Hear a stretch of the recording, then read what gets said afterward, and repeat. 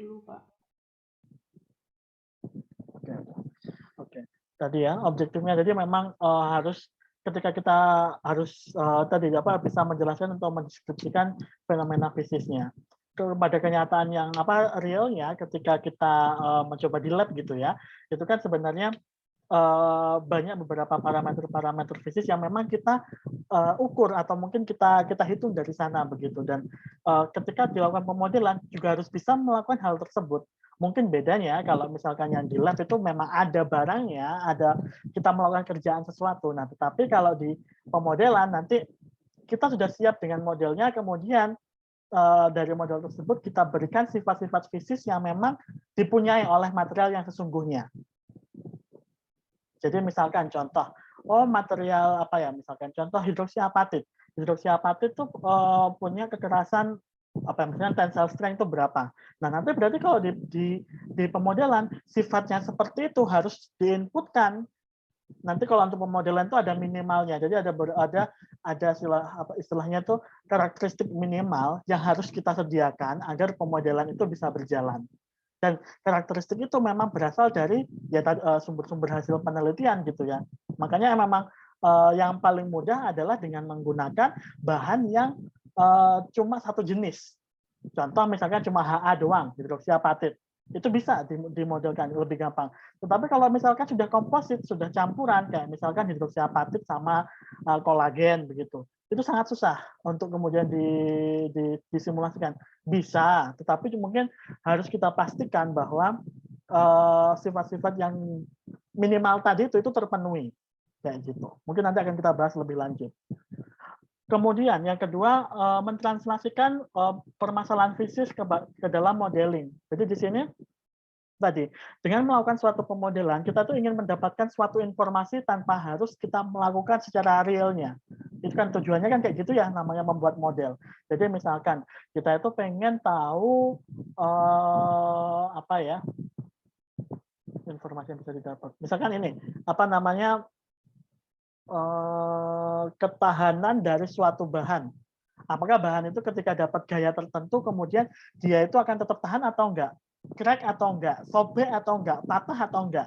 Nah, itu bisa disimulasikan dengan cara nanti kita sudah punya modelnya seperti apa, bentuknya seperti apa, kemudian kita pilih material yang kita gunakan sama dengan yang aslinya, dengan karakteristik minimum tadi yang harus dipenuhi, baru kemudian misalkan model tersebut kita berikan gaya pada arah tertentu sama dengan aplikasinya dia.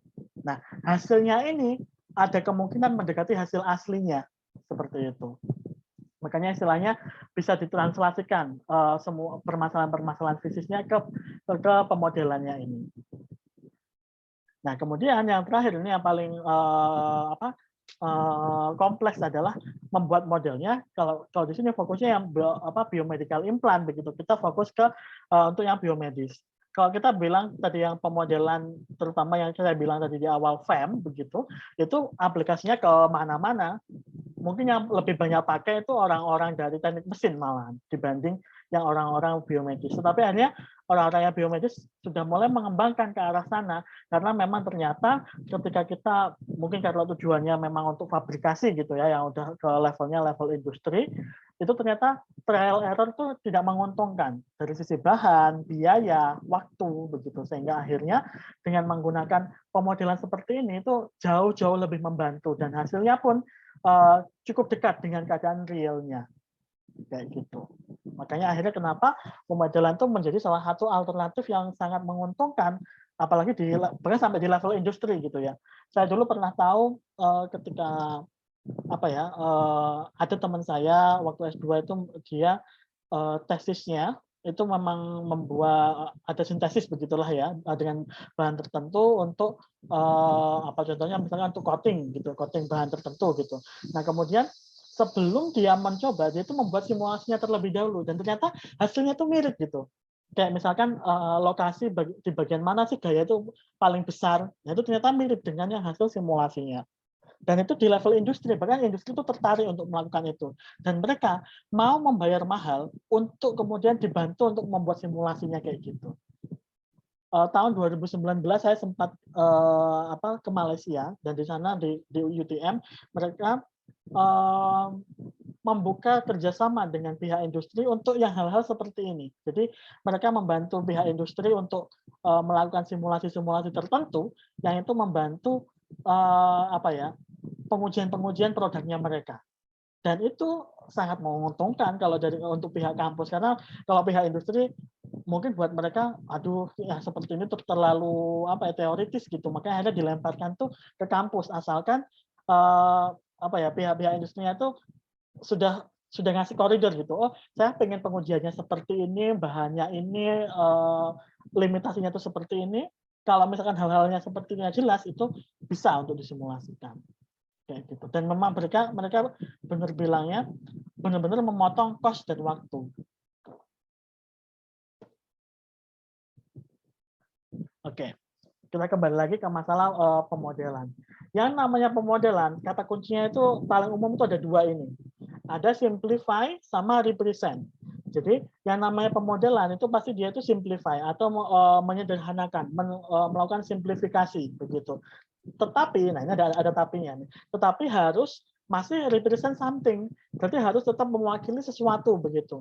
Jadi walaupun dia itu sebenarnya simplifikasi, dia itu tetap harus merepresentasikan keadaan yang sesungguhnya, walaupun kemudian kita berikan batasan-batasan di sana. Nah, batasannya seperti apa? Nah, ini ada hubungannya sama precise and accurate. Jadi ada hubungannya dengan presisi dan akurat. Ada di slide selanjutnya nggak ya? Saya lupa. Oh, di sini nanti. Saya akan bahas tentang presisi dan akurat di selanjutnya nanti.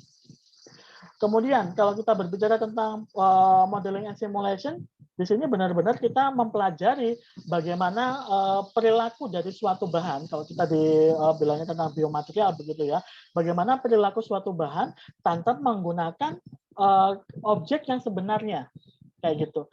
Kayak tadi kan misalkan kita mau mengukur ketahanan hidroksiapatit, tapi kita nggak perlu punya hidroksiapatitnya. Kita benar-benar cuma butuh modelnya saja seperti apa, kemudian karakteristik materialnya seperti apa, itu yang akan kita gunakan. Kayak gitu. Kemudian hal-hal apa lagi yang kemudian kita butuhkan? Nah, ini beberapa hal yang cukup penting karena kita fokusnya untuk aplikasi biomedis, kita harus tahu juga secara aplikasinya nanti itu seperti apa memang. Contoh misalkan hidroksiapatit untuk pengisi tulang sama untuk tambal gigi itu pasti nanti simulasinya berbeda. Kira-kira karena apa? Ada yang bisa jawab? Bisa coba kasih pendapat?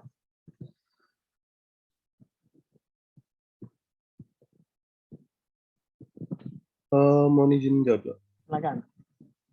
Kalau menurut saya kenapa hidroksiapatit harus bukan harus beda, mungkin penyesuaian. Suaranya terputus tuh Fabian. Halo. Jadi gigi. Oh iya, suaranya terputus. Diulang lagi Fabian. Iya Pak, apakah sekarang udah jelas ya Pak? Sudah. Oh iya.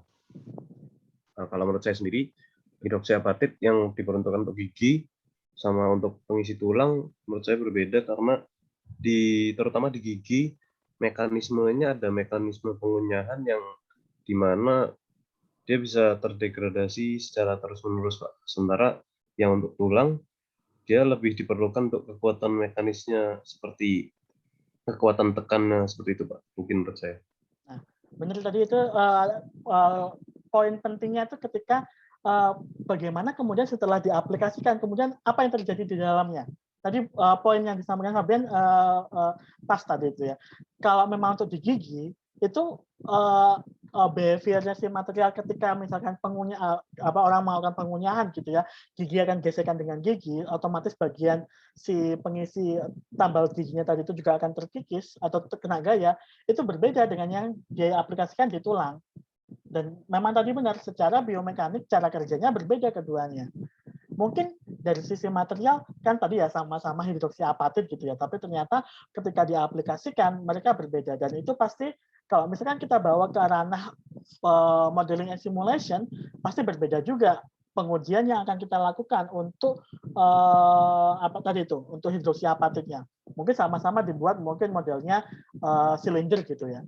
Yang satu mungkin kalau misalkan proses mengunyah itu seperti apa sih secara mekanik. Nah, misalkan dapat gaya dari atas, kemudian gesek, begitu kan ya. Tapi kalau misalkan untuk yang tulang agak berbeda. Mungkin bisa tulang itu sebenarnya kan dia tuh rigid gitu ya, tapi dia tuh selain dapat tekanan, dia tuh juga punya selain punya compressive strength, dia tuh juga punya elastisitas sebenarnya begitu. Nah itu yang kayak misalkan cara pengujiannya itu pasti berbeda walaupun bahannya sama kayak begitu. Dan kita harus benar-benar tahu di mana si bahan itu akan diaplikasikan dan pengujian apa yang kita butuhkan untuk kemudian kita bisa tahu oh bahan ini pas nih untuk diaplikasikan di area tersebut. Oke, tadi ada contoh gigi sama tulangnya, materialnya sama gitu. Sekarang kalau misalkan gini, apa untuk kalian udah semester 7 ya, harusnya kalian sudah tahu beberapa jenis implan gitu. Misalkan kita bicara tentang implan hip implant. Masih ingat kan ya? Ada bagian yang nempel ke femur masuk, kemudian ada kepalanya atau kaput femur, kemudian bagian kepalanya itu nempel di acetabular cup namanya, yang ini nempel di bagian di bagian pelvis. Sayangnya itu nggak ada gambarnya. Kalian kebayang nggak yang itu? Atau sambil saya cariin ya? Ya, Pak, bisa dibayangkan.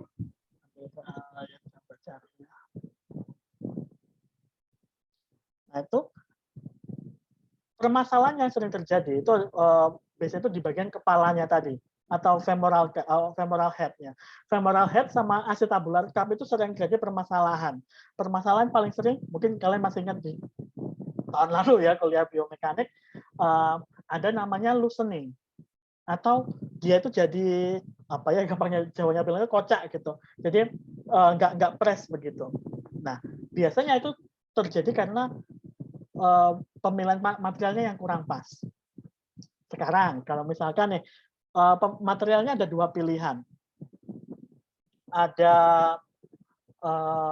UHMWPE, Ultra High Molecular Weight Polyethylene, sama satu lagi keramik. Keramiknya mungkin apa ya yang biasa sering dipakai? HA sama apa ya? Saya agak lupa. Keramik deh, misalkan satu polimer, satu keramik. Menurut kalian, kira-kira mana dari kedua material ini yang mungkin itu bisa mengalami loosening? Atau satu lagi metal deh, SS misalkan, atau COCR gitu. Kira-kira menurut kalian mana yang paling memungkinkan terjadi loosening tadi itu? Jadi nggak press gitu.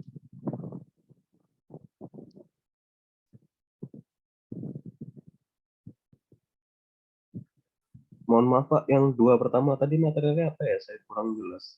UHMWPE, Ultra High Molecular Weight Polyethylene, sama keramik. Keramiknya bisa hidroksiapatit lah.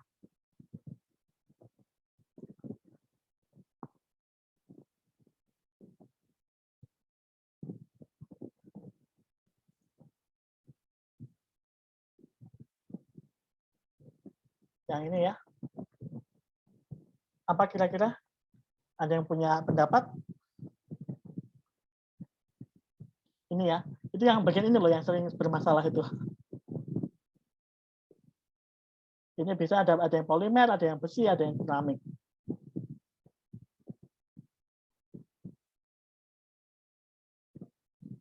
Ada yang mau ngasih pendapat? Silakan.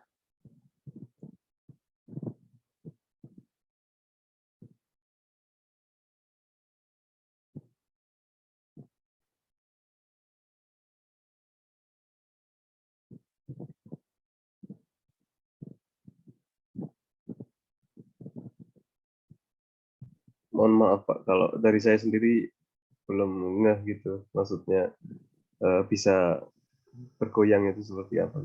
Jadi tidak bisa membayangkan sendiri. Ini bergoyangnya itu karena ada bagian yang bagian ini itu mengalami pengikisan. Dia itu ada wear sehingga akhirnya yang harusnya itu kan stres gitu ya, ukurannya tuh pas, tapi kemudian lama-kelamaan karena memang dipakai gitu ya, itu jadi longgar gitu. Nah, kira-kira kalau dari 3 pilihan material tadi itu mana yang paling memungkinkan untuk cepat longgar? Gitu deh pertanyaannya. Sama mungkin alasannya apa gitu menurut kalian?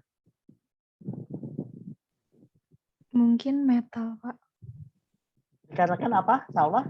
Kira-kira karena apa, Salwa? Mungkin karena sifat korosifnya sama kalau misalnya ada thermal dari luar, biasanya dia bisa memuai gitu. Oke, kita keep. Ada lagi nggak? Satu lagi mungkin.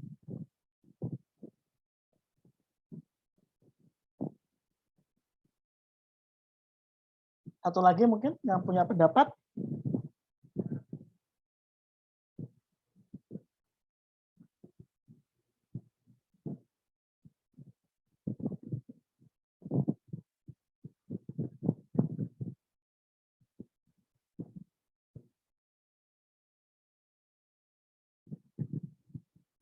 Bagaimana? Ayo yang lain.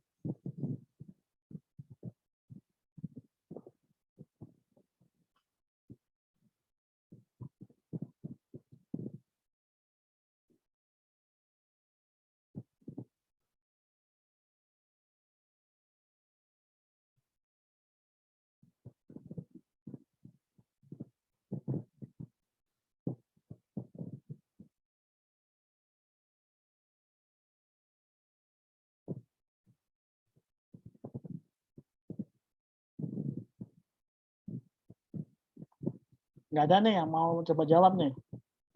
Iya, Pak. Menurut saya yang jawabannya mungkin sama seperti Salwa, Pak.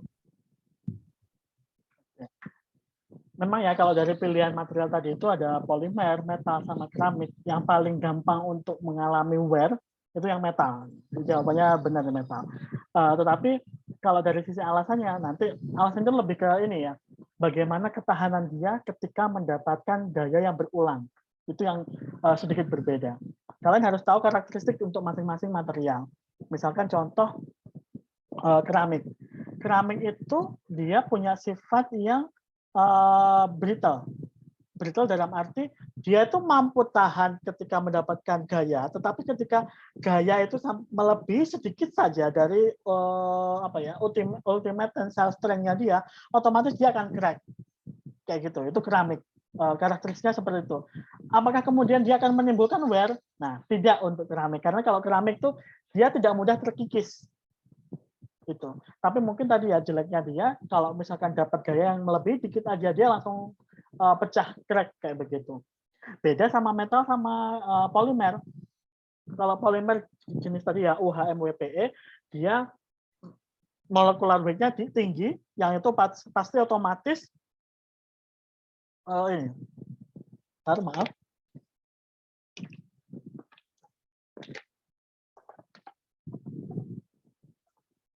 Dia punya molecular weight-nya tinggi, otomatis dia itu dari sisi ketahanan juga tinggi juga. Dia antara modulus Young-nya atau tensile strength-nya dia itu tinggi juga di situ. Sehingga akhirnya ketika mendapatkan gaya yang berulang, untuk menghasilkan wear mungkin masih ada, tetapi kecil kemungkinannya.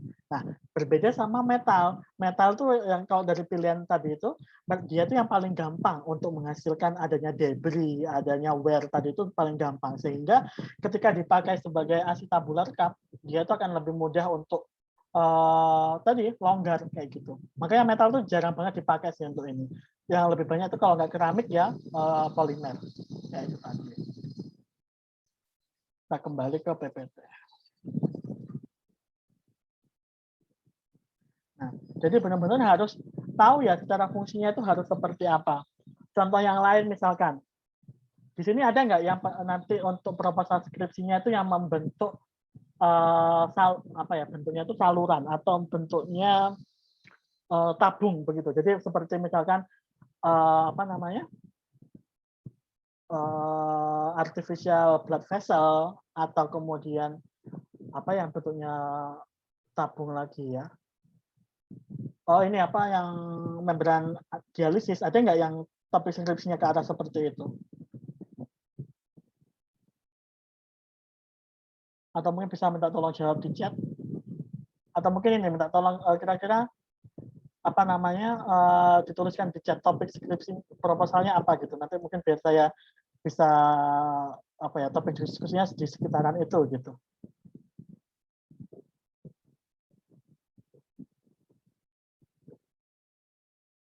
Karena nanti benar-benar kalau misalkan mau membuat simulasinya akan disesuaikan dengan aplikasinya.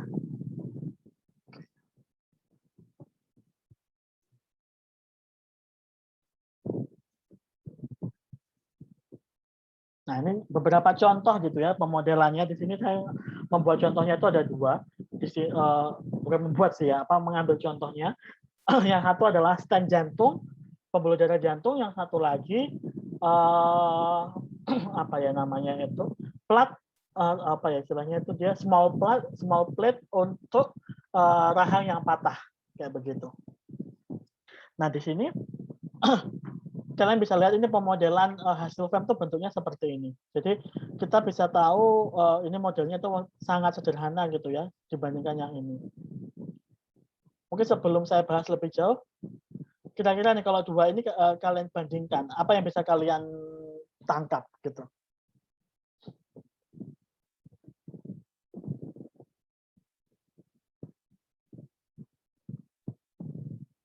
Silakan.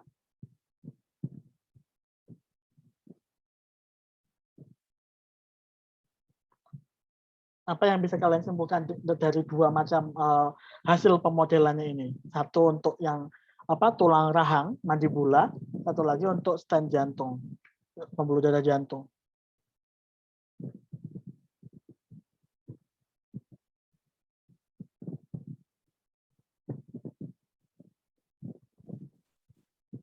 Mungkin karena bentuknya berbeda, jadi persebaran gaya yang didapat juga beda mungkin gitu, Pak. Oke, benar. Satu poinnya itu ya. Jadi karena memang bentuk geometrinya kan pasti berbeda kan ya, karena memang aplikasinya berbeda. Jadi hasilnya pun juga berbeda. Selain itu, apalagi yang bisa kalian tangkap? Ada lagi nggak informasi lain yang mungkin, oh yang ini seperti ini, yang ini seperti ini, apalagi kira-kira?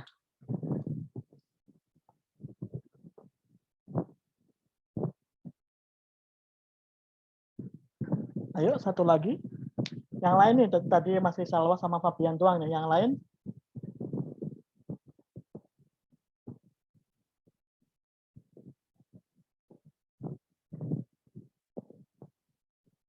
Mohon maaf, itu Nur Rahma sudah menjawab di chat. Gimana? Nur Rahma menjawab di chat, Pak. Oh.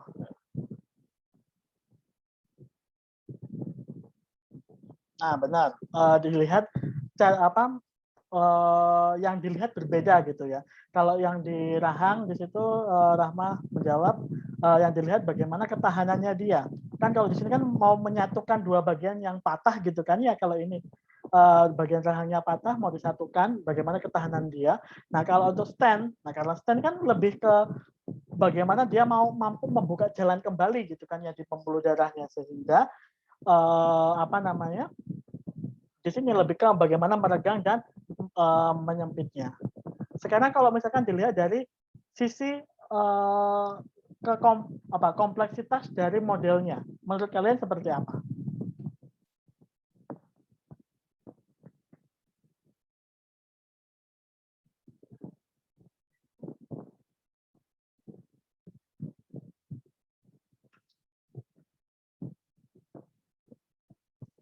Kompleksitas model yang punyanya Rahang sama yang stent, kira-kira seperti apa kalau menurut kalian?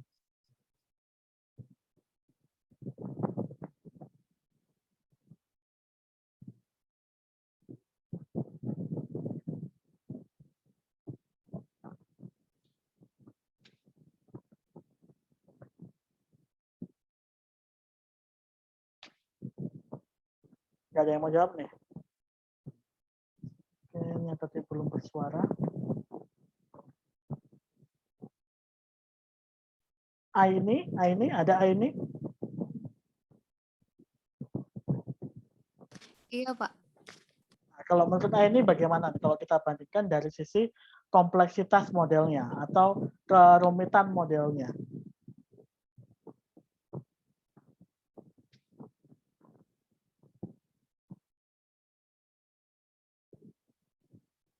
Bagaimana kira-kira?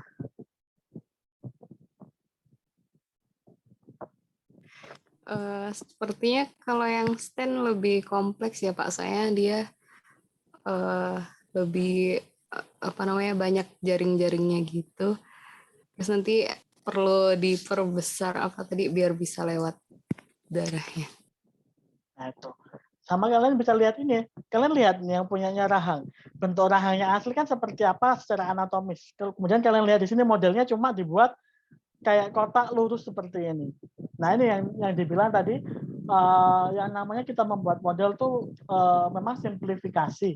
Tetapi tetap jangan lupa kata kunci yang kedua, dia harus represent, dia harus tetap merepresentasikan keadaan yang sesungguhnya. Jadi jangan sampai terlalu simpel sehingga terlalu jauh dengan keadaan yang sesungguhnya. Itu juga modelnya tidak akan baik, hasilnya tidak akan menunjukkan keadaan yang sebenarnya kayak gitu. Sehingga untuk membuat modelnya, terutama model 3 dimensinya, ya diusahakan semirip mungkin dengan yang bentuk aslinya. Nah, makanya untuk yang stand benar yang tadi dibilang ini, dia bentuknya rumit karena bentuknya jaring-jaring seperti itu. Kalau kita bandingkan dengan yang rahang, jauh begitu ya. Yang jaring-jaring ini sangat dekat dengan kondisi yang aslinya dia, yang bentuknya itu kalau misalkan kalian lihat yang di dalam pembuluh darah ini ya, seperti itu. Nah itu, jadi poinnya harus dapat dua-duanya, simplify-nya dapat, tapi jangan lupa represent-nya gitu.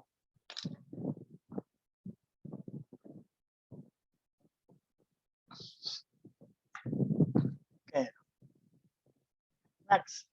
Seperti ini. Ini yang saya bilang tadi di awal ya. Jadi untuk melakukan pembuatan pemodelan, dua kata kunci yang utama harus dipegang adalah akurasi dan presisi. Apa sih bedanya keduanya? Nah, keempat gambar ini akan mempermudah kalian untuk mengetahui apa itu presisi dan akurasi. Jadi kalau yang dibilang akurat itu ya hasil yang dihasilkan, hasil yang didapatkan dari hasil simulasinya itu atau pemodelannya itu, dia itu akan mendekati target kita gitu. Targetnya itu berarti yang ada di pusat lingkaran ini ya. Contoh yang ini misalnya saya tunjuk ini. Yang saya tunjuk ini, dia itu masih agak menyebar, tapi di sekitar pusat tujuan target kita begitu. Dia akurat, tapi dia nggak presisi di sini. Karena kalau untuk presisi itu diulang berapa kali pun hasilnya itu akan mirip-mirip. Itu baru presisi namanya. Makanya kalau yang gambar yang atas ini pojok kanan atas, dia jauh nih dari target, tapi ngumpul nih jawabannya. Dia presisi, tapi nggak akurat. Nah yang bagus tuh yang kayak gini. Dia akurat dan juga presisi. Jadi semakin dekat dengan target, kemudian dia diulang berkali-kali pun hasilnya juga di sekitaran itu aja. Kayak gitu yang kita inginkan. Jadi jangan sampai ternyata hasilnya tuh terlalu kemana-mana gitu ya, luas gitu, sehingga akhirnya malah tidak tidak menunjukkan bahwa model itu bagus seperti itu. Jadi dua ini harus diutamakan, presisi dan akurasi.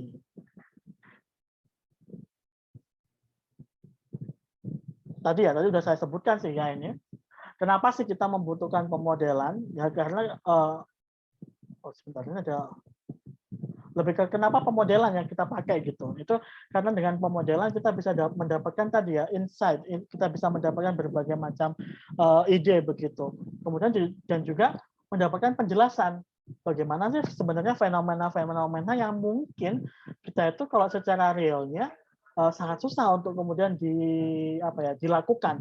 Tetapi ternyata dengan pemodelan itu bisa mungkin untuk dimodelkan dengan parameter-parameter yang sudah ditentukan.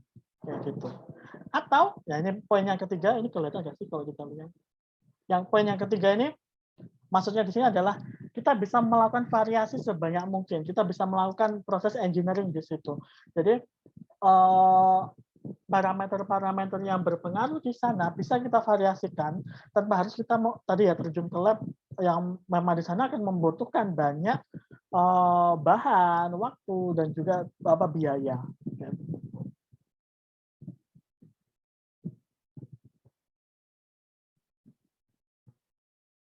Oke. Kalau untuk simulasi sendiri itu memang yang paling banyak digunakan adalah satu yang jelas tadi ya karena tujuannya kenapa sih tadi pemodelan kan mendapatkan insight atau ide-ide terus kemudian untuk mendapatkan penjelasan seperti itu ya sehingga akhirnya dengan menggunakan modeling and simulation kita tuh bisa digunakan sebagai media pembelajaran gitu ya seperti yang kita lakukan sekarang jadi kita bisa belajar tanpa harus megang real si alatnya itu karena mungkin ya sudah mendapatkannya dan lain sebagainya. Kemudian bisa juga untuk ini melihat bagaimana sih akhirnya si material ini behavior atau perilaku dari material yang digunakan itu ketika kondisinya itu ekstrim. Contoh misalkan kalau ini misalkan apa ya wound dressing misalkan wound dressing atau plaster gitu. Kalau misalkan plasternya itu disimpan terlalu lama, kira-kira atau wound dressingnya disimpan terlalu lama, kira-kira apa yang terjadi kalau menurut kalian?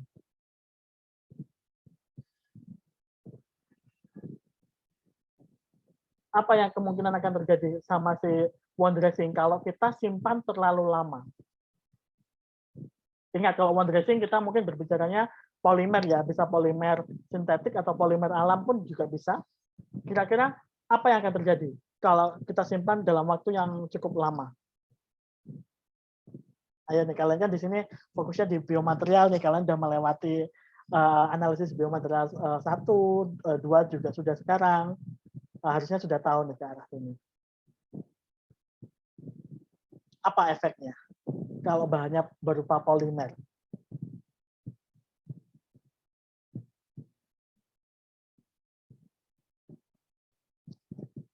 Terutama kalau polimer alam nih yang paling berpengaruh tuh. Kira-kira apa yang akan terjadi?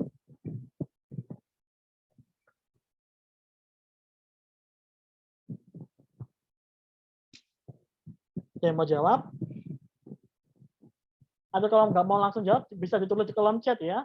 Karena ini kita cuma bersedikit, cuma ini 14 orang nih yang join. Jadi saya harap kalian bisa berperan aktif begitu. Kalian pun juga bisa bertanya berkaitan dengan misalkan topik proposal kalian, nggak masalah. Bisa kita bahas yang mungkin masih berhubungan dengan simulasi atau sifat-sifat materialnya, karena itu masih berhubungan.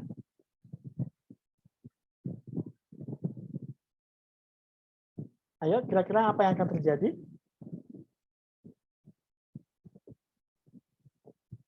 Hana, ada Hana?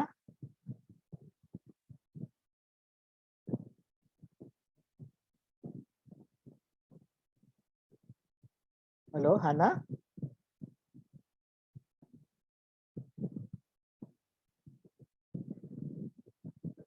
Nggak ada suaranya. Rosina mungkin, Rosina? Iya, Pak. Kalau ya, menurut Rosina gimana? Kira-kira apa yang akan terjadi Rosina kalau tadi itu si wound dressing itu disimpan terlalu lama dan dia bahannya dari polimer gitu. Kira-kira aja nggak apa-apa ngasih aja pendapat gitu.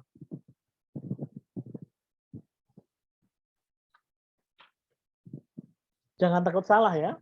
Sampelnya rusak mungkin, Pak. Rusaknya karena apa kira-kira?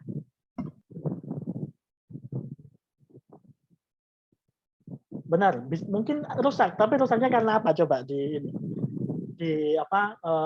kira-kira karena apa dia kira-kira rusaknya? Kalau dia ini ingat kata kuncinya dia polimer tadi itu.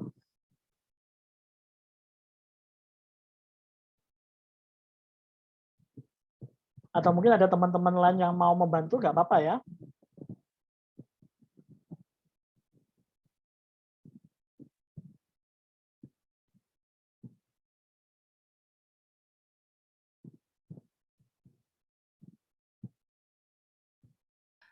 Izin menjawab, Pak. Silakan. Kalau dia karena suhu, kelembapan, terus sifat keasaman lingkungan itu kira-kira gimana, Pak? Berpengaruh nggak dengan kerusakan sampelnya? Bisa. Suara siapa ini barusan nih? Mustika, Pak. Mustika, oke. Nah itu berhubungan ke sana Mustika sebenarnya. Jadi memang tadi yang dibilang Rosina benar ya, dia bisa rusak. Rusaknya karena apa? Nih? Karena lingkungannya memang. Jadi polimer di sini kan walaupun dia itu tergantung jenis polimernya ya, tapi kalau kita bicaranya tentang polimer alam, mereka itu rentan terhadap kerusakan. Dan kerusakannya karena apa? Tadi itu yang disebutkan Mustika. Efek lingkungannya. Jadi bisa karena kelembapan. Kelembapan pasti akan memicu apa kira-kira kalau lembab? Kalau misalnya nyimpennya nggak bagus, kemudian lingkungannya lembab, memicu apa di sana? Memicu untuk pertumbuhan bakteri. Benar banget. Bakteri, jamur akan sangat suka untuk tumbuh. Apalagi ini kalau misalkan polimernya polimer alam, gampang banget. Nanti kalau kalian mungkin ada beberapa yang sudah masuk lab ya. Kalau yang belum pernah masuk lab, hati-hati sekali ketika kalian bermain dengan polimernya polimer alam, macam kolagen, gelatin, kitosan, apalagi kolagen, gelatin, kitosan, ada asam selulosa asetat begitu. Polimer-polimer itu gampang terkontaminasi kalau misalkan kalian nyimpennya nggak bagus. Jadi harus hati-hati ya. Dan itu memang akhirnya tadi ya ketika suatu bahan dibuat seperti disimpan terlalu lama, dia rusaknya karena suatu lingkungannya. Karena dia polimer, rusaknya karena rantai-rantainya putus kayak begitu. Tadi mungkin yang disebutkan Mustika, misalkan karena suhu. Suhunya terlalu tinggi, rantainya pasti putus. Dia akan lebih gampang rusak gitu. Contoh biasanya yang terpengaruh sama suhu, misalkan gelatin gitu ya. Gelatin itu dia itu sangat dipengaruhi sama suhu. Di bawah 40, dia bentuknya gel, di atas 40 derajat ya. Jadi nggak tinggi-tinggi banget. Di atas 40 dia akan levelnya itu masuknya ke liquid kayak begitu. Jadi harus hati-hati mengatur ini masalah suhunya di sana yang berlaku berapa. Nah, ini kalau pada simulasi itu ada namanya simulasi untuk namanya shelf time. Mungkin ada yang pernah dengar. Jadi waktu yang bisa yang bisa ditolerir oleh suatu produk ketika dia disimpan begitu.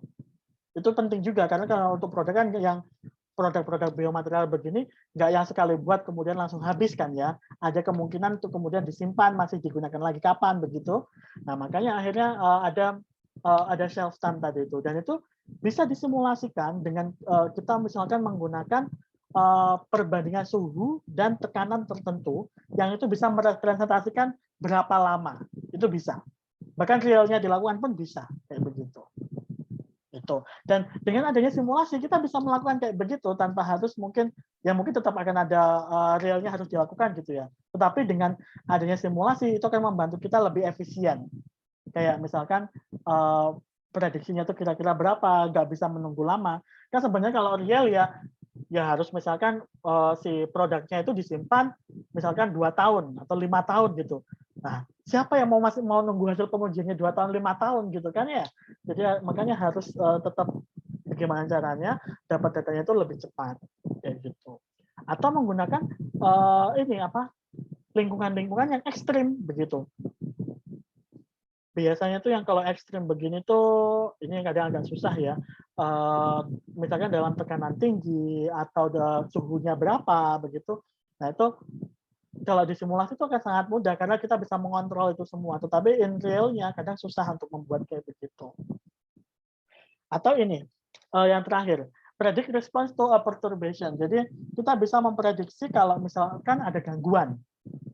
Misalkan nih kalau kalian misalkan kalau yang bermainnya sama hidroksiapatit ada namanya proses kalsinasi. Jadi bagaimana kemudian ketika kita mensintesis hidroksiapatit itu suhunya itu dinaikkan bertahap sampai misalkan 1200 gitu. Nah itu kalau tiba-tiba pas tengah jalan lampunya mati, kemudian suhunya turun, kemudian nyala lagi naik. Efeknya akan seperti apa? Nah itu masih memungkinkan untuk dilakukan yang seperti itu. Itu contoh-contohnya. Keuntungannya apa? Tadi sudah kita bahas banyak ya. Keuntungannya itu 3 ini yang paling besar. Biaya, waktu, sama mendapatkan ide-ide baru lagi dengan cara simulasi. Mungkin karena tadi itu ya, dengan simulasi kita nggak terbatas parameternya, kita bisa main-mainkan banyak begitu, dan itu yang nggak terbatas sama resource kita gitu, sehingga akhirnya kita bisa main-main biaya, waktu, dan juga insight-nya. Ayo, nah tadi minta tolong tuliskan topik skripsi kalian. Mungkin ada beberapa yang bisa kita bahas begitu di kolom chat.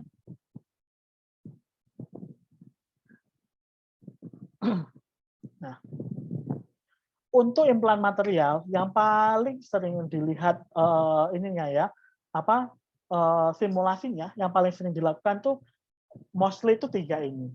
Jadi pertama itu mechanical behavior. Jadi bagaimana perilaku secara mekanisnya ketika memang dilakukan pengujian tertentu. Contoh misalkan kalau ada yang skripsinya itu tentang bone screw, jadi memang skrup yang digunakan untuk fiksasi plat atau fiksasi tulang begitu. Nah itu akan sangat menarik kalau kita lakukan simulasinya. Jadi bisa melihat dengan seberapa kuat si materialnya, nanti ulirnya itu harus berapa sudutnya, seberapa dalam. Nah itu akan sangat menarik dilakukan. Behavior-nya seperti apa. Atau mungkin di sini juga ada nih teman-teman dari instrumen kan yang mengambil pemodelan juga dengan saya. Di sini ada apa ini? Rahma sama Meli ya.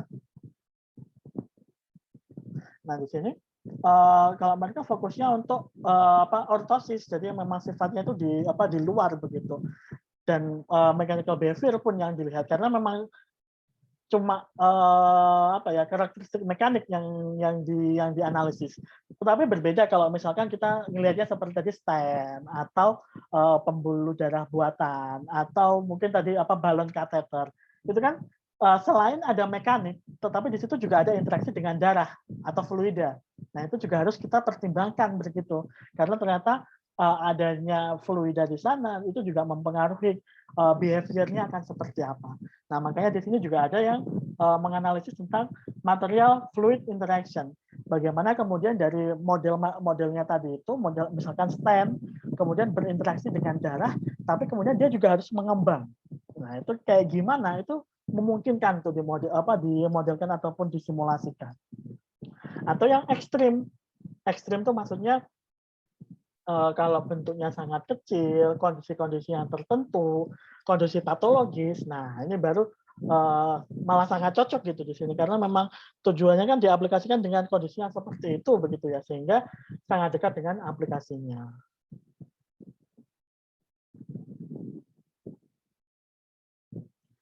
Nah, untuk computational studies tadi kan banyak ya yang seperti itu yang saya sebutkan, itu macam-macam. Mereka stepnya itu umumnya itu seperti ini. Jadi pertama mereka membuat model 3 dimensinya.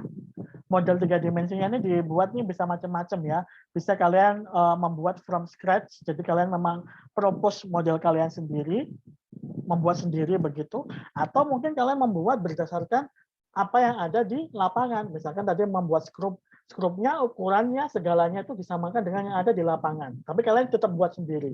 Itu bisa. Atau membuat modelnya itu dengan, nah ini yang kalau misalnya berhubungan dengan anatomi itu biasanya modelnya dibuat dengan menggunakan hasil CT scan.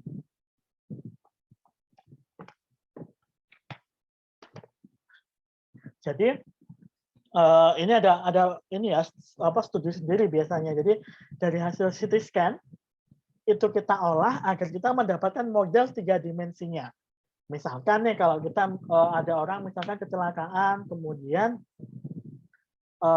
entah itu tempurung lututnya hancur, tulangnya hancur, atau mungkin kepalanya sampai tengkoraknya itu pecah begitu, sehingga harus digantikan dengan penutup yang itu ukurannya harus sesuai secara anatomis. Nah, ini nanti yang akhirnya harus di CT scan, kemudian hasil CT scan-nya kita buat model 3 dimensi yang menyerupai dengan bentuk tadi itu, bentuk misalkan apa yang ingin kita implankan kayak gitu. Atau ada yang seperti ini kasusnya, misalkan untuk lanjut ke step berikutnya ya, misalkan orang yang tadi kecelakaan, kakinya patah, kemudian sekarang kita mau pakai, ada yang pernah dengar istilah eksternal fixator nggak? Bentar, saya cariin juga. Eksternal fixator. Nah, yang seperti ini. Nah, ini adalah fixator atau yang membuat kaki itu tidak boleh bergerak sama sekali, tapi dia itu di luar posisinya. Biasanya itu ya kalau yang seperti ini memang tidak dilakukan pembedahan dan kemudian bukan dilakukan pembedahan, maksudnya lebih ke kalau plat saja itu tidak cukup gitu, sehingga akhirnya harus pakai fixator seperti ini. Atau ada yang bentuknya ini melingkar seperti ini, ada ring begini. Nah, ini bisa kemudian disimulasikan terlebih dahulu bagaimana ketika menggunakan fixator seperti ini, kemudian harus seperti apa modifikasinya. Saya coba carikan yang eksternal fixator frame. Nah, yang seperti ini loh. Jadi bisa kalian bisa disimulasikan, kemudian bisa diperkirakan kira-kira yang baik itu pakai model fixator yang seperti apa, kayak begitu. Jadi bisa membantu dokter untuk memilihkan sampai ke jenis material, jenis implannya begitu ya, sampai ke sana.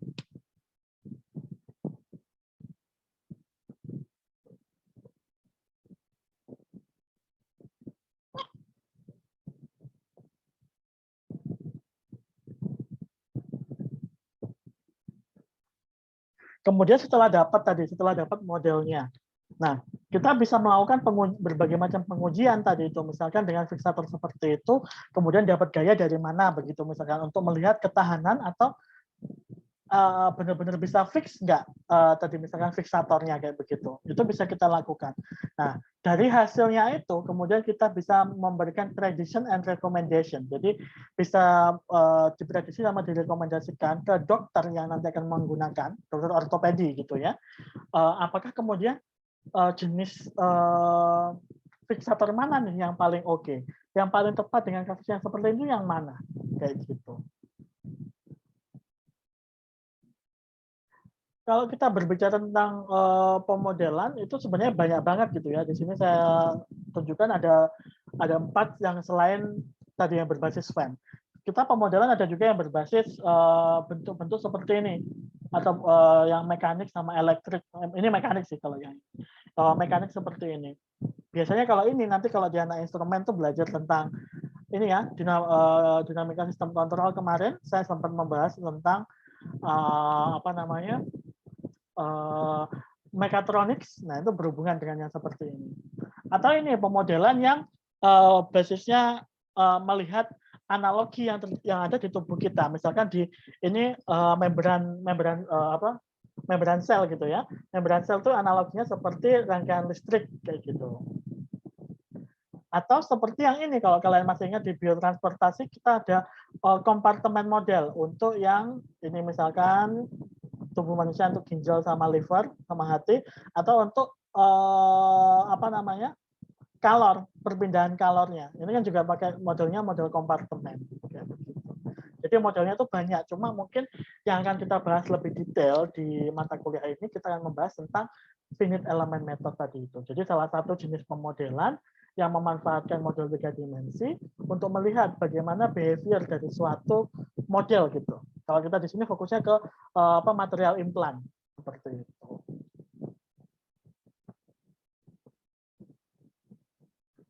Oke, sudah selesai. Sampai di sini mungkin ada yang mau ditanyakan?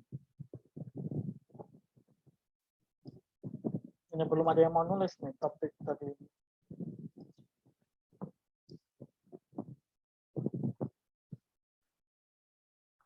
Atau ada nggak di sini mungkin selain Meli atau Rahmah, untuk yang dari teman-teman biomaterial, ada nggak yang ada simulasinya gitu?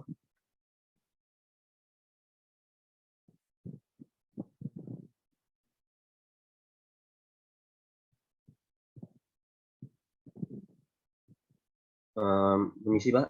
Ya. Tadi saya masih ingat materi dari Pak Alfian yang terkait hydrogel seperti itu, Pak. Yang penyimpanannya itu, Pak. Nah, itu kan Bapak tadi bilang kalau di atas 40 derajat wujudnya udah bukan gel tapi lebih ke liquid. Nah, sementara untuk penyimpanannya apakah dia harus benar-benar dingin bahkan di bawah 0 derajat apa seperti apa ya, Pak? Oke. Tadi itu ini ya Fabian, tadi itu gelatin. Jadi gelatin itu kalau di suhu ruang seperti ini, sebelum itu deh, ada yang pernah tahu gelatin nggak kayak apa? Yang suka ke dapur harusnya tahu nih. Saya tahu, Pak. Kayak apa gelatin? Kayak apa ya? Biasanya dipakai buat apa gitu? Biasanya dipakai buat apa? Buat masak kayak yang sejenis permen gitu kalau saya, Pak. Ini apa sih bilangnya? Jelly, dia bisa dibilang Iya, agar atau jelly gitu ya, gelatin itu. Sama seperti itu sebenarnya gelatin yang kita pakai untuk biomaterial. Dan memang tadi tuh yang saya bilang, dia kalau di suhu ruang seperti ini bentuknya itu padatan. Jadi ada yang bentuknya kayak misalkan tadi yang buat masak itu lembaran biasanya. Kalau misalkan untuk yang di lab, saya sendiri dulu skripsi saya pakai gelatin, itu bentuknya seperti gula, butiran-butiran gula kayak gitu. Tapi mungkin lebih besar-besar sedikit. Dia itu kalau misalkan agak dapat suhu naik sedikit, dia tuh lengket jadinya. Nah tadi dia dia itu suhu titik aktifnya. Jadi kalau misalkan tadi di bawah 40, dia bentuknya padat sampai gel. Tapi kalau di atas 40 itu dia sudah jadi liquid kayak begitu. Nah kemudian bagaimana penyimpanannya? Nah ini ketika dia sudah diinteraksikan dengan komponen-komponen yang lain, maksudnya dibuat komposit gitu ya, misalkan dengan hidroksiapatit untuk jadi bone scaffold atau bone filler gitu ya, atau dijadikan apalagi ya kalau gelatin itu lebih banyaknya. Di situ paling banyak tulang sih memang, yaitu gelatin itu kan turunannya dari kolagen gitu ya, jadi istilahnya gampangnya bilang kalau kolagen itu rantai panjang, dia ada helixnya macam-macam. Nah, gelatin tuh potongan-potongan dari kolagennya, kayak gitu. Nah itu ketika dia sudah dikompositkan, dia itu agak berbeda sih memang. Jadi di suhu biasa, di suhu ruang, dia masih oke, asalkan tadi nggak boleh terlalu tinggi. Tadi di atas 40 dia akan liquid sih jadinya. Jadi makanya biasanya nyimpannya ya suhunya suhu ruang atau agak di bawah sedikit agak dingin gitu, dia masih oke. Tapi itu karena dia organik ya, dia tuh gampang banget terkontaminasi. Saya dulu tuh sempat sekitar 1 sampai 2 bulan itu mencari cara agar gimana caranya sampel saya itu nggak kontam gitu, nggak terkontaminasi karena gampang banget tiba-tiba setelah 3-4 hari karena sampel saya itu dulu itu berupa suspensi begitu ya, itu tiba-tiba muncul di atas tuh ada lapisan kayak hijau, ada pasti jamur kayak begitu, jadi harus ganti lagi.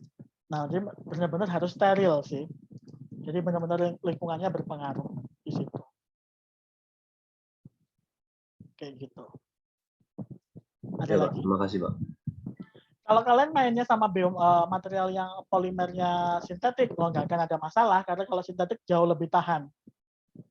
Cuma mungkin ya tadi itu biar diusahakan nggak terlalu lembab, biar nggak ditumbuhi bakteri atau jamur gitu aja. Tapi kalau sampelnya berupa tadi yang kayak saya kan sampelnya suspensi atau dia gel atau sampelnya itu pasta, itu kan pasti lingkungannya lembab gitu ya, makanya dia gampang terkontaminasi. Ada lagi?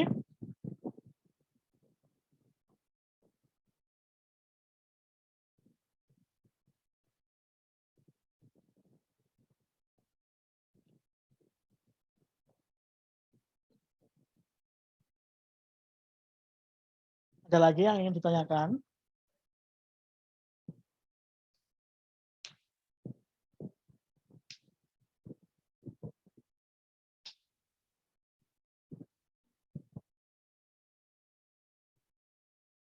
Oke, kalau belum ada mungkin ada grupnya nggak ini untuk mata kuliah ini? Grup WA-nya begitu? Tidak ada, Pak. Oh, tidak ada. Oke. Nanti mungkin ini ya, untuk selama perkuliahan ini nanti ada beberapa kali mungkin kita akan nyoba simulasi. Nah, tapi kan aplikasinya itu cukup berat kalau pakai yang biasanya yang sering saya pakai itu ANSYS, tapi itu cukup berat. Saya nggak tahu nanti apakah bisa semuanya mencoba. Nah, dan biasanya cuma di Windows begitu. Nah, apa namanya? Saya ada rencana nanti pakai yang dia open source, tapi saya belum banyak nyoba sih Mas, tapi bisa kita coba bareng-bareng nanti. Namanya FE Bio. Nanti kalian coba download ya, cari. Dia nanti kalau nggak salah ini linknya untuk downloadnya. Nanti kalian cari di sana, download. Ada yang versi untuk Windows, ada Linux, ada Mac juga ada di sana. Jadi harusnya nggak terlalu bermasalah. Nanti kemudian kita akan coba-coba di sana nanti pengujiannya seperti apa. Biar kalian ada bayangan gitu ya. Karena materinya di sini nanti mungkin yang akan saya bahas ada sih hitung-hitungannya dikit di awal, nanti mungkin minggu depan dan minggu depannya lagi. Kemudian masuk ke minggu selanjutnya lebih ke kita akan coba-coba di simulasinya. Kayaknya nggak terlalu besar juga sih aplikasinya. Jadi nanti kalian download semacam FE Bio Studio dulu, baru kemudian install itunya. Saya coba sekalian cari langsung.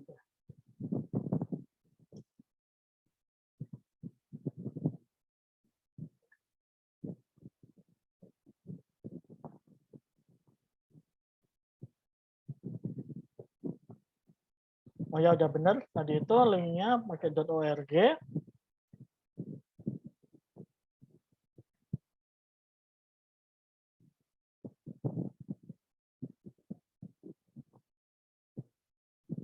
Kalian harus login dulu nanti buat semacam username begitu.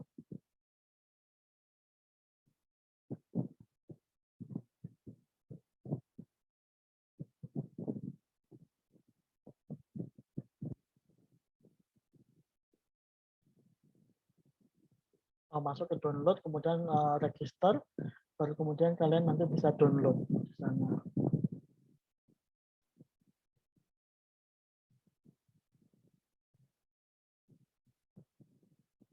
Saya kasih tunjuk ya.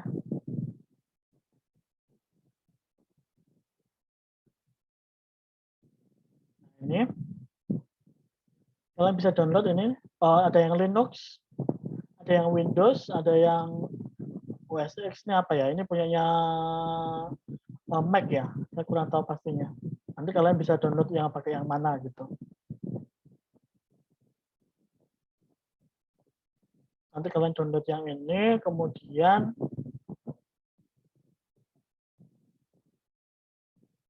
sama ini, sama yang SDK-nya. Udah dua itu, nanti kemudian untuk installnya, nanti coba dicari ada video di YouTube untuk instalasinya seperti apa, kemudian kita akan pakai. Jadi saya harap nanti untuk sekitar minggu ke berapa ya, 3 atau 4 atau 5 sudah bisa menginstal semuanya sehingga kita bisa mencoba-coba nanti. Nanti akan gantian gitu, saya minta kalian share screen untuk nyoba seperti itu.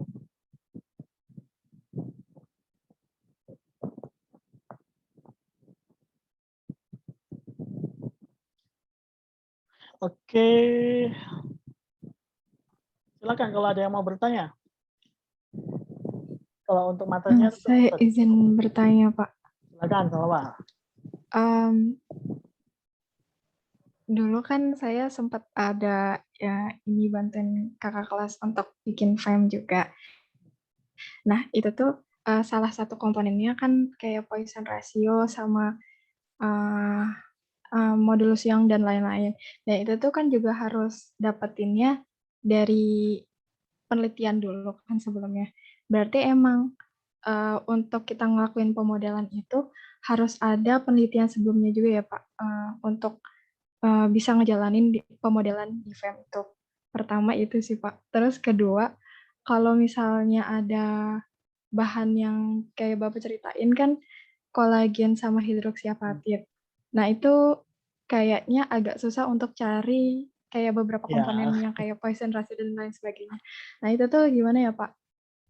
Oke. Solusinya. Oke, yang pertama dulu. Jadi memang tadi apa namanya? Seperti yang saya sampaikan tadi ya, ketika kita melakukan pemodelan seperti ini, ada minimum karakteristik yang harus kita inputkan ke pemodelannya, agar kemudian hasil pemodelannya itu apa ya, semirip mungkin dengan keadaan realnya kalau kita melakukan di lapangan. Harus seperti itu memang. Jadi mungkin Rama sama Meli juga kemarin sudah saya sampaikan juga karena mereka apa namanya topiknya dengan saya. Minimum ada 3 parameter yang harus kalian punya dari material yang akan kalian pakai. Satu adalah densitas, density, massa jenis ya. Kemudian yang kedua adalah modulus yang, ya ini sifat dari materialnya. Yang ketiga Poisson ratio. 3 ini harus terisi terlebih dahulu untuk kemudian bisa melakukan simulasi. Kalau ada salah satunya nggak keisi, nggak akan mau biasanya. Karena kemudian si solvernya atau si aplikasinya itu bingung.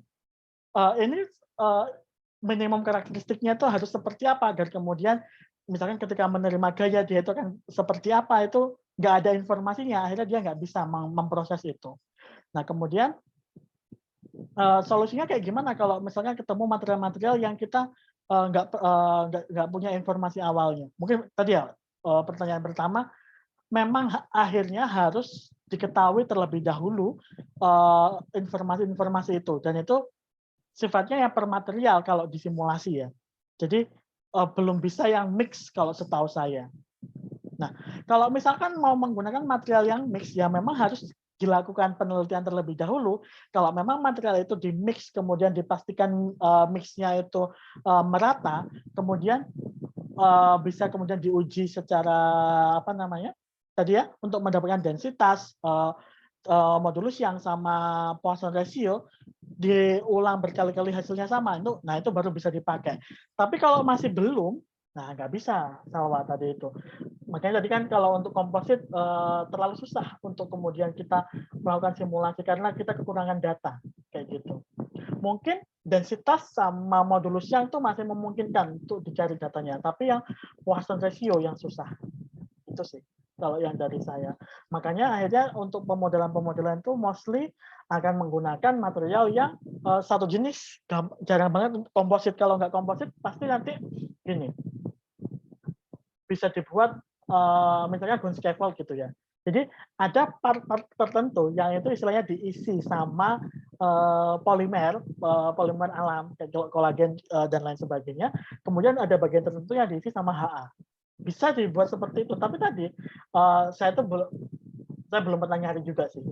Saya nggak tahu informasi apakah ada Poisson ratio untuk polimer alam. Harusnya sih ada sih, tapi saya belum pernah dapat infonya kayak gitu. Jadi kalau memang untuk simulasi diusahakan bahannya ya memang satu jenis yang kalau bisa, karena itu akan memudahkan. Ya, kadang memang akhirnya nggak sesuai dengan aplikasinya, tapi itu akhirnya jadi ini juga jadi salah satu parameter apa ya? Kalau kita bilangnya levelnya industri, itu mereka kan lebih suka ketika bahannya tuh nggak perlu ada proses pencampuran lagi. Ya udah satu jenis misalkan dari suatu produsen material, kemudian material itu dipakai untuk fabrikasi produk biomaterial tertentu. Itu akan lebih memudahkan kalau untuk orang industri. Makanya akhirnya saya kurang tahu sih, Pak. Tapi sebenarnya jarang banget kalau misalnya ada yang mixing seperti itu. Kayak gitu sama. Jadi memang harus ada minimal karakteristik gitu yang dipunyai terlebih dahulu sebelum next step mau lanjut ke ke simulasinya gitu. Kalau dulu Salman nyobanya itu apa simulasinya? Itu Pak, POCHA. Oke, bisa nggak? Ini ada bisa. Yang sama Edric bukan sih? Iya Pak. Sih dia aja sempat diskusi sama saya juga tuh. Iya betul Pak. Mungkin bisa atau enggaknya tuh ya mungkin kalau dari segi data itu kan ada standarnya, kalau dibanding sama standarnya sih masih nggak terlalu jauh. Tapi kalau misalnya secara eksperimen yang benar itu belum tahu juga, soalnya kita pakai Poisson ratio yang kira-kira pendekatan kayak gitu Pak. Itu bisa dilakukan sebenarnya. Jadi kan kalau Poisson ratio itu kan dia sifat material yang perbandingan ketika misalkan ada suatu material itu kotak gitu ya. Dia tuh perbandingan perubahan bentuk ketika ditekan tuh perubahan dari tampilan atas sama sampingnya. Nah, perbandingan itulah itu Poisson ratio. Itu yang kadang itu susah untuk melakukan pengujian. Saya kurang tahu sih pengujiannya untuk dapat Poisson ratio itu seperti apa. Tapi harusnya setiap material itu punya memang sifat itu. Dan memang tadi kalau misalkan pakai POCHA gitu ya. Kalau POCHA ini yang jadi fillernya apa? HA. Iya, Pak. Oke. Nah, berarti POC-nya kan yang utama ya. Berarti nanti kalau misalkan ada informasi Poisson ratio-nya POC, nah harusnya HA itu kalau misalkan dia yang utama POC, harusnya HA tidak akan terlalu signifikan memberikan peran ke Poisson ratio. Sepertinya kayak gitu. Ada kemarin yang dipakai gimana, Salwa? Itu Pak, pakai yang aplikasinya berbeda. Kan seharusnya itu untuk implan kayak skrup tulang itu, tapi kita pakainya yang stand. Berapa angkanya? Sekitar berapa? 0,3-an? Iya, atau 0,4 gitu. Saya agak lupa. Oke. Normally angka-angkanya itu di sekitar 0,3, 0,5. Sekitar angka itu sih biasanya. Kayak saya tahu misalkan metal gitu ya. Metal apa tuh ya? Saya nggak lupa. Mungkin di sini ada Rahma sama Meli. Ingat nggak polipropilen tuh Poisson ratio-nya berapa? Polipropilen atau PLA begitu? Saya agak lupa.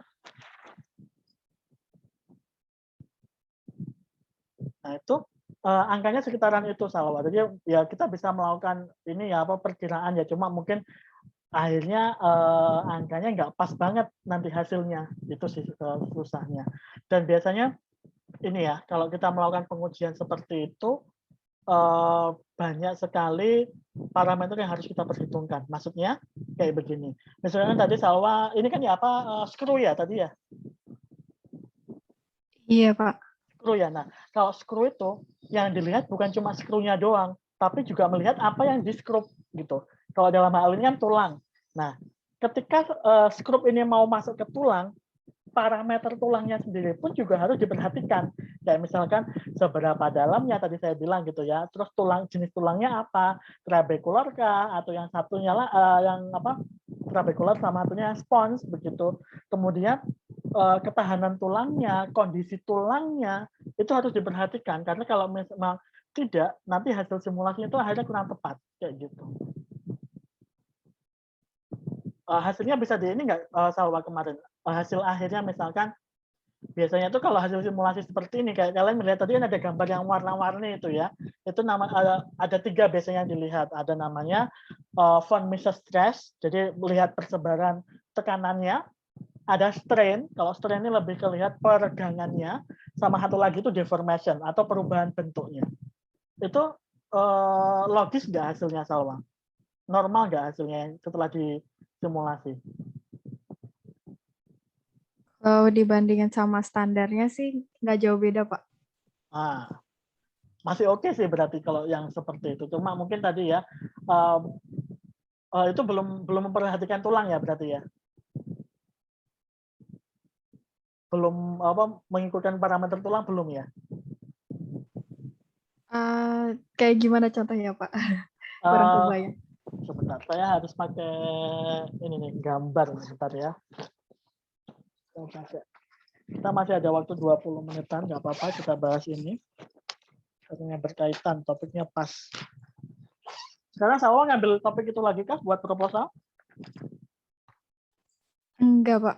Saya ambilnya justru yang masih berkaitan sama tulang, tapi bahannya kolagen sama HA. Untuk apa? Untuk ini apa? Pengisi tulang juga? Apa bone filler? Lebih implan untuk kranial, Pak. Gimana ya? Itu kalau misalnya habis pendarahan itu kan biasanya kepalanya dibor gitu kan. Terus habis itu biasanya ada lubang. Nah, di lubang itu yang dikasih penutup Itu, Pak. Oh, sih. Oh, ini berarti ini ya, apa, bagian yang luasnya atau yang bagian lubang tempat bornya yang mau ditutup, mau dipakai materialnya itu. Penutup lubangnya, Pak. Oh, jadi lubang bekas bornya ya. Iya, Pak. Oke. Kelihatankah whiteboardnya di kalian? Ya, Mbak, kelihatan, Mbak. Oke. Nah, kita ini ya, kita akan bahas tadi satu topik yang dari Salwa tadi. Karena kita masih punya waktu juga. Oke. Nah, gambarannya seperti ini. Nah, misalkan tadi kan kalau kita bayangkan skrup itu, kemudian di sini kayak paku gini ya. Kemudian ada ulurnya. Nah, ini kan sebenarnya ketika kita membuat model ini, kita harus memperhatikan ketika ini kan mau diaplikasikan ke dalam tulang nih. Misalkan ini anggap aja ini tulangnya gitu ya. Ini ke tulangnya, kalian lihat potong dari samping.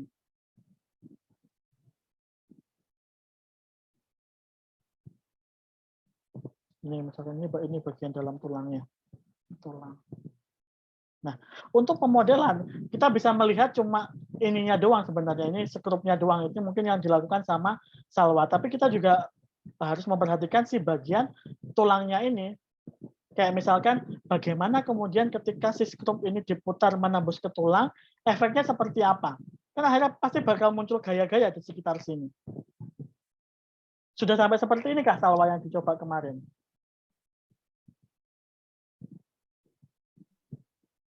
Kayaknya belum sih, Pak. Belum, berarti masih pure skrupnya aja ya. Kayak misalkan bagian ini dibuat stop, kemudian ini diputar gitu ya. Iya. Ini Kayak diputar. baru dikasih gaya aja gitu. Oke. Terus paling shear yang beda kan gitu. Tapi saya juga nggak terlalu paham detailnya karena yang melakukan simulasinya Mas Edric. Oke.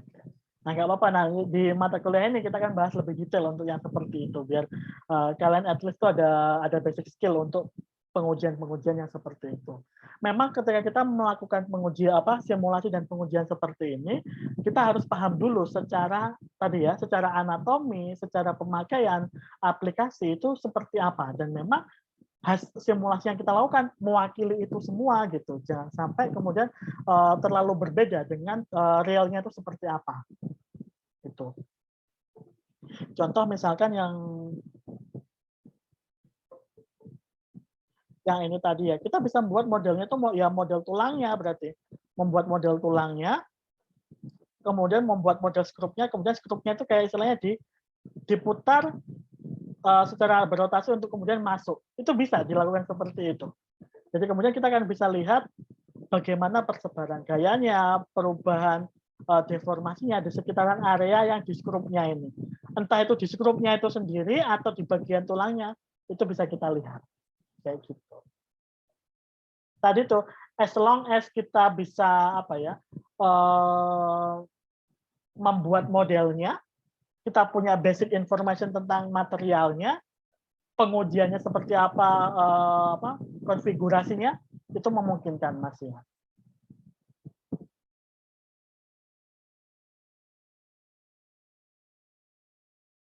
Oh, nah itu tadi Rama menjawab di chat, Poisson ratio-nya untuk PP itu sekitar 0,4. Jadi mungkin kalau tadi yang POC pun sekitaran angka itu juga gitu, nggak jauh-jauh, sekitar 0,3 sampai 0,5, angkanya sekitaran itu.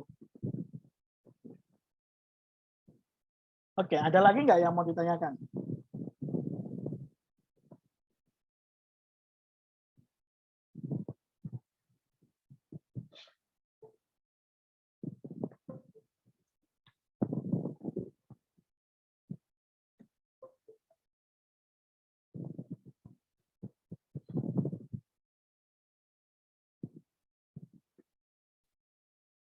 Nah, mungkin kayak misalkan tadi yang dilakukan Salwa, tadi kalau untuk bahannya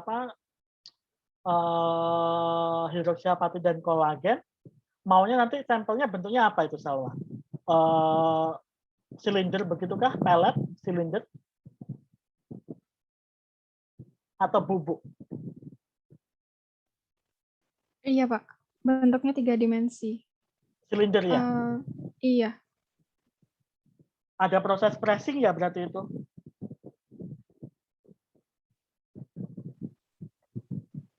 Yang dikompresi yang bentuk biar jadi kayak tablet gitu. Kalau sejauh ini saya bacanya pakai molding, Pak. Oh, pakai apa moldingnya? Belum sampai sejauh itu sih, Pak. Belum. Tapi kalau saya cari-cari itu, terus di freeze drying terakhirnya. Oh, jadi dia nggak terlalu keras berarti ya nanti endingnya? Itu, Pak. Kalau misalnya saya baca dari jurnalnya itu nggak dijelaskan bagaimana mekaniknya gitu. Lebih kepada degradasinya aja. Jadi belum dapat itunya, Pak. Nah, mungkin ini juga perlu nanti dicoba dilihat ya, Salwa, kalau yang seperti itu, masalah tadi itu, kan dari sisi mekanik kalau kita bilangnya kepala, mungkin kekerasan tulangnya, karena kan tulang pipih ya kalau tengkorak itu, jadi nggak yang sekeras yang tulang pipa begitu. Itu mungkin bener sih, mungkin bisa pakai cuma freeze drying, tapi kalau mungkin itu kurang keras nanti bisa pakai pressing untuk membentuk pellet. Tapi itu jadi padat banget sih nantinya. Dan memang kalau padat banget pengaruhnya sama ini degradasi. Ketika lebih padat otomatis dia akan lebih lama untuk degradasinya. Nah, itu bisa dipertimbangkan. Ada nggak yang lain yang masih berhubungan dengan tulang deskripsinya? Selain Salwa.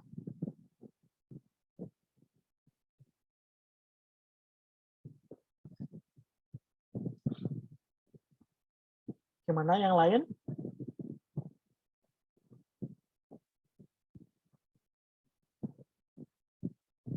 Ainin mungkin? Atau Andreas?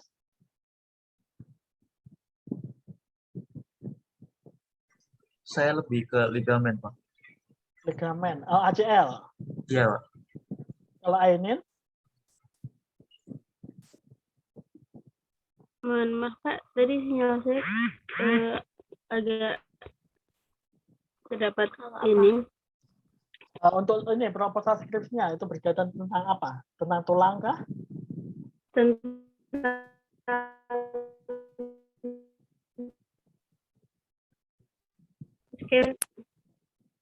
terputus Ainin? Tentang apa Ainin? Tentang scaffold, Pak. Scaffold apa? Aplikasinya?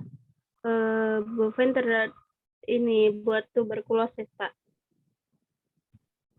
Oh, ini apa namanya? TBC tulang belakang. Iya. Sampelnya berarti ini ya, pasta suspensi ya? Atau ini ya? Oh, scaffold. Berarti dia bentuknya pakai yang 3D print ya? Iya, tapi saya nggak yang 3D printingnya, Pak. Fokusnya di apa? Saya menggunakan ini bahan tulang dari tulang sapi tubuh fine, Pak. Oh, langsung pakai itu? Iya. Oke. Nanti yang dilihat apanya Ainin? Lebih ke apakah degradasinya lebih ke sana atau nanti pakai IBS juga kah? Iya. Oke. Menarik juga itu. Kalau ya, gimana? Lebih ke ini yang diteliti uji in vitro-nya. Apa aja uji in vitro-nya? Rencananya? Mungkin ini toksisitasnya, terus kemudian ada beberapa yang saya agak lupa, harus membuka catatan dulu. Oke, nggak apa-apa. Nah, mungkin ini ya, kalau misalkan yang seperti ini, interaksinya banyak. Nah, ini harus hati-hati, karena yang dibuat, mungkin, ini kan juga yang ngawali dulu tentang IBS saya, dari semua yang, mungkin sekarang udah banyak skripsi anak TB, anak fisika juga. Nah, itu hati-hati ketika membuat IBS-nya, karena di situ step-stepnya itu, selain salah langkah, di belakang nggak jadi urutannya itu kalau nggak urut jadi salah, nggak bisa jadi pasta endingnya. Itu yang harus hati-hati. Dan memang Kalau ini mungkin apa ya, prosesnya lebih banyak mencampur sih ini. Kalau tadi kan salwa butuh untuk misalnya freeze drying begitu, karena memang tujuannya untuk apa ya, mendapatkan rongga yang pas begitu mungkin kalau salwa. Nah kalau Ainin malah di sini mengisi rongganya dari scaffold yang sudah ada. Nah, itu agak berlawanan tapi punya tujuan masing-masing kayak gitu. Oke. Yang lain mungkin ada nggak yang masih berhubungan dengan tulang? Kalau saya, Pak, Oh, Ria, gimana Ria? saya tentang itu, tapi uji in vitro juga, tapi pedicle seterusnya berpasta IBS juga, Pak, buat drug delivery tuberkulosis. Oh, obat, ini juga pakai obat juga kah? Atau sama? Kalau saya enggak sih, Pak. Enggak ada obatnya ya berarti? Enggak. Kalau Ria ada obatnya? Ada obatnya atau tidak? Ada, Pak. Oh, apa Ale obatnya yang biasanya dipakai? Atau streptomycin biasanya? Ya, streptomycin, Pak. Pedicle screw ya, karena mau tulang belakang juga.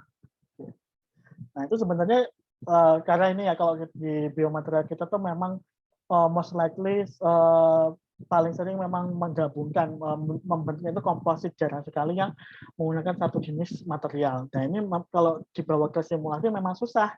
Tadi seperti yang ditanyakan Salwa ya, karena banyak parameter yang kita sendiri itu masih belum apa ya, yang minimum karakternya, terutama Poisson ratio itu nggak punya untuk kemudian dilakukan simulasi, sehingga akhirnya tadi ya kekurangan informasi untuk dilakukan simulasi, jadi tidak bisa Mas ya, kayak gitu. Mungkin yang apa yang akan kita coba nanti di kuliah ini pun pemilihan materialnya pun terbatas ya sesuai dengan aplikasinya. Mungkin kalau tidak sampai bentuk 3 dimensinya yang full, nanti mungkin kita pakai yang sederhana aja, biar nanti kalian tetap bisa running. Atau mungkin kalau Salwa tadi ada model 3 dimensi dari skrupnya, bisa kita coba di mata kuliah ini, nanti kita coba macam-macam, misalkan satu anak dengan anak yang lain berbeda materialnya, beda pengujiannya, nanti modelnya bisa pakai model skrup tadi itu bisa juga, kayak gitu. Kalau memungkinkan, mungkin Salwa masih ada modelnya. Masih ada, Pak. Yang modelnya yang Salwa punya apa? .stl atau IGES? STL ada. IGES ada nggak? .IGES? Kayaknya enggak sih, Pak. Mungkin bisa di-save nanti. Oh, modelnya apa? Fusion awalnya? Enggak. SolidWorks. Inventor saya, Pak. Oh, Inventor. Oh, boleh. Nanti bisa itu kayaknya diekspor dari IGES. Nanti mungkin bisa kita bahas ya. Kita pakai boleh, Salwa? Boleh, Pak. Oke, nanti mungkin kalau memungkinkan kita pakai itu. Di sini ada beberapa, kan ada 18 ya kalau nggak salah anggota mahasiswanya di mata kuliah ini. Nanti kita bisa bagi mungkin 6 kelompok begitu, 3 orang, nanti kita bagi misalkan kelompok apa pakai material apa, pengujian kayak gimana, nanti kita bisa bandingkan hasilnya kayak gitu. Mungkin yang pertama harus dipersiapkan ini dulu ya, tadi install aplikasinya, pakai itu aja kalau bisa, atau kalau mungkin sudah punya ANSYS, pakai ANSYS aja juga boleh, nggak apa-apa. Sama aja cara beda stepnya sih di bagian pengaturannya, cuma step maksudnya step secara teknis ya, tapi kalau secara urutan harus ngapainnya itu sama secara umum. Sebelum kita akhiri, mungkin ada yang mau bertanya?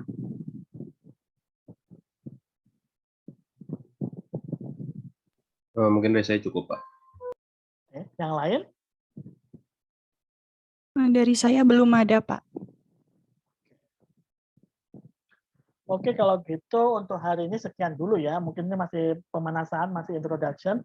Minggu depan kita akan main-main sedikit sama hitungannya ya. Jadi basic FEM-nya, hitung-hitungannya kita akan pelajari. Kemudian baru setelah mempelajari hitungannya secara ada manualnya, kita aplikasikan ke tadi pemodelannya. Sebenarnya kalau proses pemodelannya atau simulasinya semua dikerjakan oleh komputer, cuma kita perlu tahu sebenarnya apa sih yang terjadi di dalamnya, dan itu yang penting, harus dapat konsepnya. Oke, seperti itu. Untuk hari ini, terima kasih semuanya. Tetap jaga kesehatan. Sekian dari saya. Wassalamualaikum warahmatullahi wabarakatuh. Selamat siang. Waalaikumsalam Waalaikumsalam. warahmatullahi Terima kasih, wabarakatuh. Mbak. Terima kasih, Pak. Terima kasih, Pak.